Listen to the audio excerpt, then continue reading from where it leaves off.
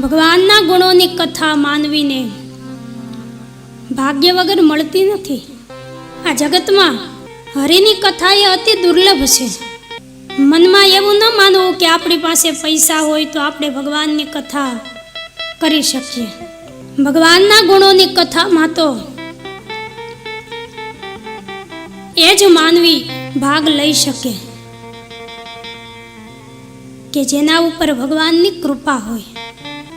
આ જગતમાં અતિ દુર્લભ હોય તો એ છે માનવનો જન્મ. મનુષ્ય દેહ એ ખૂબ દુર્લભ છે, અમૂલ્ય છે.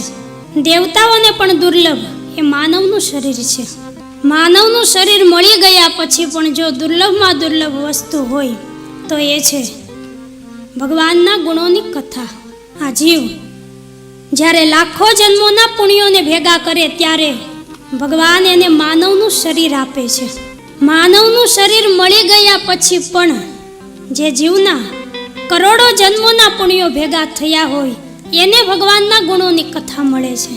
ભગવાનના ગુણોની કથા એટલી સસ્તી નથી કે આપણે જ્યારે ધારીએ ત્યારે એને સાંભળી શકીએ. એના માટે તો જીવે કરોડો જન્મોના પુણ્યોને ભેગા કરવા પડે છે.